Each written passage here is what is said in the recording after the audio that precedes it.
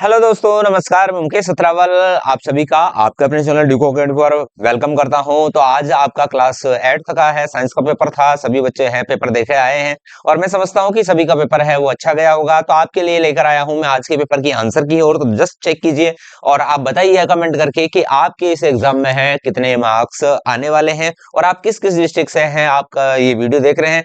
कुछ बच्चे हैं जो नेक्स्ट सेशन में अपनी बोर्ड एग्जाम्स की प्रिपरेशन करेंगे, उनके लिए भी ये वीडियो यूजफुल रहेगा। तो वो भी अपना वीडियो कंप्लीटली देखें ताकि आपकी जो नेक्स्ट बोर्ड एग्जाम है साइंस की 2027 वाली, उसमें भी आपको सही गाइडेंस मिल सके। ओके, तो लेट्स स्टार्ट। तो फर्स्ट क्वेश्चन है इसमें, मादा एडीज मच्छर, ये पहला प्रश्न आया था आपका। मादा एडीज मच्छर किस रोग का वाहक है? मतलब यहाँ है कि मादा एडीज मच्छर के काटने से है वो कौन सा रोग होता है? तो उससे होता है कौन सा? डेंगू। भाई जो मादा ही काटती है, जो मेल है ना वही काटती है, सॉरी फीमेल है ना वही काटती है, मेल नहीं काटती है। कहने का मतलब है जो मादा मच्छर ही आदमी को काटता है, दूसरे जो नर मच्छर है वो आदमियों को नहीं काटता है। जो मादा एडीज मच्छर काटता है वो सिर्फ उससे क्या होता है? डेंगू होता है। नेक्स्ट है, कुछ जंतुओं को संकटापन जंतु कहा जाता है क्योंकि उनकी जो संख्या है निर्धारित स्तर से कम हो जाने के कारण उनको संकटापन जंतु कहा जाता है। नेक्स्ट क्वेश्चन है, विद्युत कर्मी विद्युत तारों पर कार्य करते समय किस प्रकार के दस्तानों का उपयोग करते हैं? तो रबड़ के दस्तानों का उपयोग करते हैं। एक रिफिल पर फूला हुआ गुब्बारा लाने की स्थिति में क्या बदलाव होगा? तो दोनों क्या है? दूर हो जाएंगे। दोनों, सॉरी यहाँ पर गलत मार्क हो गया, दोनों क्या हो जाएंगे? दूर हो जाएंगे। नेक्स्ट है आगे, मलेरिया किस सूक्ष्म जीवी के फैलने से फैलने वाला रोग है? तो ये किससे फैलने वाला रोग है? प्रोटोजोआ से फैलने वाला रोग है। ईंधन के अपूर्ण दहन से उत्पन्न अत्यंत विषैली गैस, है ना? कहने का मतलब है ईंधन जला है लेकिन उसको प्रॉपर ऑक्सीजन नहीं मिला और उस कंडीशन में वो जला, तो उस कंडीशन में कार्बन डाइऑक्साइड की जगह कौन सी गैस बनती है? तो वो है कार्बन मोनोऑक्साइड की। यहाँ पर जो ऑक्सीजन के दो अणु है जबकि यहाँ ऑक्सीजन का एक अणु, क्योंकि ऑक्सीजन वहां प्रॉपर थी नहीं। नेक्स्ट है, लोहे के स्टेचू पर जिंक की परत चढ़ाने का क्या कारण है? उससे क्या प्रभाव पड़ता है? भाई उससे क्या होता है? जंग नहीं लगता है। नेक्स्ट क्वेश्चन, यहाँ पर एक कथन दे रखा है, कथन दो दे रखे हैं, तो दोनों में से कौन सा सही कौन सा गलत? तो पहला है, वायु का प्रभाव बढ़ाकर आग को फैलने से नहीं रोका जा सकता है। बिल्कुल सही है, यदि फूंक मारोगे तो और ज्यादा आग भड़केगी। लकड़ी में लगी आग को जलाकर कम किया जा सकता है। बिल्कुल है पाई, यदि आपने जल डाल दिया, हाँ लकड़ी की आग को जल डालकर है वो कम किया जा सकता है, जल डाल देंगे तो वैसे ही बुझ जाएगी वो। नेक्स्ट, बिजली संयंत्र में किस जीवाश्मी ईंधन का उपयोग किया जाता है? तो बिजली संयंत्र कहने का मतलब है यहाँ पर जो पावर प्लांट्स होते हैं जहां पर की है लाइट बनती है, तो वहां पर है किसका उपयोग किया जाता है? वहां पर मुख्यतः है कोयला का उपयोग किया जाता है। यहाँ पर आपको एक चित्र दे रखा था, शुक्राणु और अंडाणु, है ना? तो ये अंडाणु है, ये शुक्राणु है, तो ये कह रहा है निषेचन क्रिया को पूर्ण किस कंडीशन में करेगा? भाई शुक्राणु यदि बाहर है उस कंडीशन में है कि ये, है ना? तो यहाँ पर इसका प्रॉपर आंसर हो जाएगा क्या? ए। नेक्स्ट क्वेश्चन आपका आया था, यदि खेत की सिंचाई आवश्यकता से अधिक कर दी जाए तो उसके क्या प्रभाव होंगे? तो भाई उसके प्रभाव हैं, उसके प्रभाव फसल पे भी होंगे और उसके प्रभाव है उसकी खेत की मिट्टी पर भी होंगे। ठीक है, तो फसल पर क्या प्रभाव होंगे? फसल है वो नष्ट हो जाएगी, पीली पड़ जाएगी, तो उसकी उत्पादकता डाउन हो जाएगी। और यदि लंबे समय तक यदि वहां पानी रहता है तो वाटर लॉगिंग की कंडीशन उत्पन्न हो जाएगी, तो मिट्टी है लवणीय क्षारीय हो सकती है और उस मिट्टी की उर्वरकता है लंबे समय या हमेशा के लिए खत्म हो भी हो सकती है। आगे नेक्स्ट क्वेश्चन था आपका, विद्यालय में श्यामपट्ट पर भूलवश यदि तेल गिर जाए तो श्यामपट्ट अध्यापक द्वारा श्यामपट्ट पर लिखने की प्रक्रिया किस प्रकार प्रभावित होगी? कहने का मतलब है यदि ब्लैक बोर्ड पर है, ग्रीन बोर्ड पर यदि तेल फैल जाए तो होगा क्या? तो उससे यह है कि टीचर है उस पर लिख नहीं पाएगा, लिखोगे तो उसमें उसमें वो उगड़ेगा नहीं। तो इसका रीजन क्या है, कारण क्या है कि यदि वहां पर तेल लग जाएगा तो उसका है वो घर्षण क्षमता है वो कम हो जाएगी। नेक्स्ट क्वेश्चन है, परिष्करण क्या है? तो ये प्रश्न आपका आया, तो परिष्करण में तो कुछ नहीं है कि भाई अशुद्ध है, अशुद्ध कोई चीज है, अशुद्ध चीज से शुद्ध चीज प्राप्त करने की प्रक्रिया को ही क्या कहते हैं? परिष्करण कहते हैं। ठीक है, नेक्स्ट क्वेश्चन आया था आपका, कोयले के प्रक्रम द्वारा प्राप्त किए जाने वाले पदार्थों के नाम लिखिए। तो कोयले की जो प्रोसेसिंग होती है उससे कोक मिलता है, कोल तार मिलता है और कोल गैस यहाँ पर मिलती है। नेक्स्ट क्वेश्चन था आपका यहाँ पर जो है ट्रू और फॉल्स था, सही और तो यहाँ फर्स्ट क्वेश्चन है, उर्वरक एक मानव निर्मित अकार्बनिक लवण है। बिल्कुल सही बात है।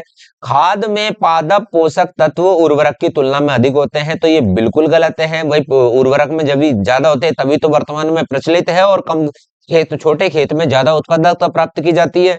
मिट्टी को उलटने पलटने व पोला करने की प्रक्रिया को जुताई कहते हैं। बिल्कुल सही बात है। फसल की सिंचाई के छिड़काव तंत्र का उपयोग किया जाता है, स्प्रिंकलर सिस्टम बिल्कुल आ गया है। बिल्कुल सही बात है। नेक्स्ट है, यहाँ पर क्या दे रखा है, यहाँ पर ऊष्मीय मान है और ईंधन है वो मिला रखा है। गोबर के जो उपले होते हैं उसका ऊष्मीय मान 6000 से 8000 होता है। हाइड्रोजन का है वो कितना होता है, यहाँ पर होता है 1.5 लाख। और डीजल का होता है 45,000 और एलपीजी का होता है कितना, 55,000। नेक्स्ट क्वेश्चन आपका था, यहाँ पर क्या दे रखा है, यहाँ पर देखो बर्बाद, शुक्राणु, एड्रेनलिन और संतुलित, ये 4 शब्द आपको दे रखे थे। इन 4 शब्दों को नीचे लिखना था। तो किशोरों को भोजन करना चाहिए, तो भाई किशोरों को कैसा भोजन करना चाहिए, तो इसमें आपने, मैं समझता हूँ सभी ने ही संतुलित लिखा है, ये बिल्कुल सबका सही है। लिंग निर्धारण के लिए केवल, तो लिंग निर्धारण के लिए केवल कौन जिम्मेदार है, आप सभी अच्छी तरीके से जानते हैं, शुक्राणु। तनाव संयोजन, तो तनाव संयोजन के लिए कौन सा हार्मोन जिम्मेदार है, तो एड्रेनालिन। ओके, तो ये हार्मोन है। और नेक्स्ट है आगा, क्या नशीले पदार्थ स्वास्थ्य और खुशी दोनों को ही बर्बाद कर देते हैं, तो इस तरीके से लिखना था। यहाँ पर अगला क्वेश्चन था, स्थिर विद्युत बल असंपर्क बल भी है, क्यों, तो भाई इसको क्यों कहा जाता है, क्योंकि यह बल तब भी लग सकता है जब दोनों संपर्क में नहीं हो। ओके, नेक्स्ट है, नदियों का पानी सदैव ढलान की तरफ क्यों बहता है, तो मैं ये देख रहा था कुछ बच्चे हैं, इसका रीजन ये लिख रहे थे कि भाई वो चिकना होता है पानी, इसलिए वो ढलान पे से है नीचे पानी आ जाता है, जबकि इसका रीजन ये नहीं है। वो ढलान पे से नीचे इसलिए आ जाता है क्योंकि गुरुत्वाकर्षण शक्ति के कारण पृथ्वी है अपने केंद्र की तरफ प्रत्येक चीज को खींचती है। तो यदि पानी ऊपर के क्षेत्र में है तो इसका मतलब वो पृथ्वी के केंद्र से दूर है, तो वो उसको अपने पृथ्वी के केंद्र की तरफ खींचेगी, तो मतलब नीचे की तरफ खींचेगी। इसलिए कोई भी लिक्विड हो, है ना, वो या कोई लिक्विड ठोस कैसा भी हो, वो हमेशा उसकी प्रवृत्ति होती है ऊपर से नीचे की आने की। ओके, नेक्स्ट है, यहाँ पर था मानव में नर जनन तंत्र का है वो नामांकित चित्र आपको बनाना था। ठीक है, तो यहाँ पर प्रसरण बनाने थे, जो भी है, तो इस तरीके से बन जाता। नेक्स्ट है, सूखी लकड़ी वे धातु के तार की विद्युत चालकता में अंतर बताइए और उसका कारण क्या है। तो यहाँ पर देखिए, सूखी लकड़ी एवं धातु तार की विद्युत चालकता में अंतर का मुख्य कारण दोनों में क्या है, एक तो परमाणविकता की जो परमाणविक संरचना है वो डिफरेंट होती है, और मुक्त जो इलेक्ट्रॉन होते हैं उनकी उपस्थिति के कारण ऐसा होता है। लकड़ी के बजाय है वो तार की विद्युत प्रतिरोधकता है वो बहुत कम होती है। ये 2 मुख्य कारण है। नेक्स्ट क्वेश्चन था कि आपका, चलते वाहन में उच्च ध्वनि के साथ गाना चलाने से दुर्घटना हो सकती है, मतलब दुर्घटना को न्योता है। कथन के समर्थन में अपने विचार लिखिए, तो ये बिल्कुल सही है। यदि आप गाड़ी चला रहे हो तो गाड़ी चलाने के दौरान है जो आपका ध्यान है, मान लो आपने है म्यूजिक सुन रखा है, तो उस कंडीशन में क्या है, आपका ध्यान भटकेगा, और ध्यान भटकने पर है आपकी जो गाड़ी है आपके कंट्रोल में नहीं रहेगी और एक्सीडेंट की संभावनाएं बहुत ज्यादा बढ़ जाती है। नेक्स्ट है अगला, ऊंचे भवनों पर तड़ित चालक लगाने का क्या औचित्य है, तो ऊंचे भवन, भाई जैसे ही जो क्लाउड होते हैं और वहां से जैसे ही कोई बिजली नीचे के जमीन पर गिरती है, तो जो ऊंचे भवन होते हैं उन पर सबसे पहले गिरती है। तो चूंकि ये जो तड़ित है, ओके, तो जो बिजली गिरती है इसकी ऊर्जा बहुत ज्यादा होती है, तो जैसे ही यहाँ पर ये जो तड़ित चालक लगा दिया जाता है, ये लोहे का होता है और नीचे तार, बहुत मजबूत तार लगा होता है या फिर टोटली सरिया होता है, तो उसमें एनर्जी पूरी एब्जॉर्ब होकर जमीन पर चली जाती है, और जो नुकसान इस मकान को हो रहे थे तो वो नुकसान इस मकान को ना होकर सुरक्षित ऊर्जा का प्रवाह अंदर हो जाता है और इस मकान की सुरक्षा या भवन की सुरक्षा हो जाती है। नेक्स्ट क्वेश्चन क्या है, यदि विद्युत प्रयोगशाला में लेजर प्रकाश स्रोत का उपयोग विद्यार्थियों द्वारा बिना सावधानी के यदि किया जाए तो क्या हो सकता है, तो ये प्रश्न था और उसके कारण आपको लिखने हैं कि क्यों नहीं बिना सावधानी के यूज करना चाहिए। तो देखिए, आंखों के लिए गंभीर बिल्कुल खतरा है ये। यदि लेजर किरणें मान लो किसी गलती से चमकदार सतह से वो टकरा गई और टकरा कर परिवर्तित होकर किसी बच्चे या स्टूडेंट या किसी टीचर या यहाँ पर स्कूल में कोई रहने वाले की आंख में चली गई, तो ये उसके आंख के रेटिना, जिससे हम देखते हैं, हमारे आंख के मुख्य कैमरे के हिस्से को एक तरह से हमेशा के लिए जला सकती है। और इससे क्या है, बच्चा आंशिक रूप से, और यदि कोई ज्यादा ही यदि उसका प्रभाव पड़ गया तो पूर्ण रूप से अंधा हो सकता है। तो अत्यधिक ऊर्जा के कारण त्वचा को भी ये जला सकता है, इसलिए बच्चों को बिना किसी टीचर की गाइडेंस के ये प्रयोग नहीं करना चाहिए।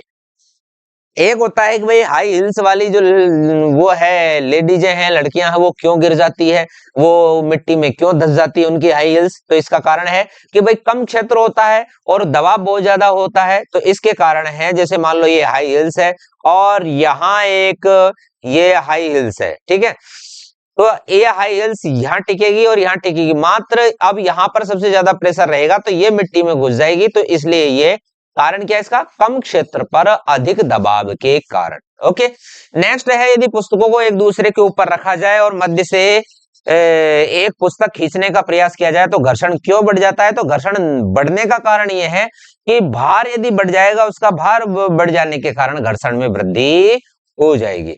नेक्स्ट क्वेश्चन है आपके, यदि कोई छात्र गिटार के तार को कंपन करवाए तो ध्वनि की तीव्रता और स्वर पर क्या प्रभाव पड़ेगा। तो ध्वनि की तीव्रता तो जो उसकी जो फ्रीक्वेंसी है वो तो बढ़ जाएगी, लेकिन स्वर पर कोई खास फर्क नहीं पड़ने वाला है।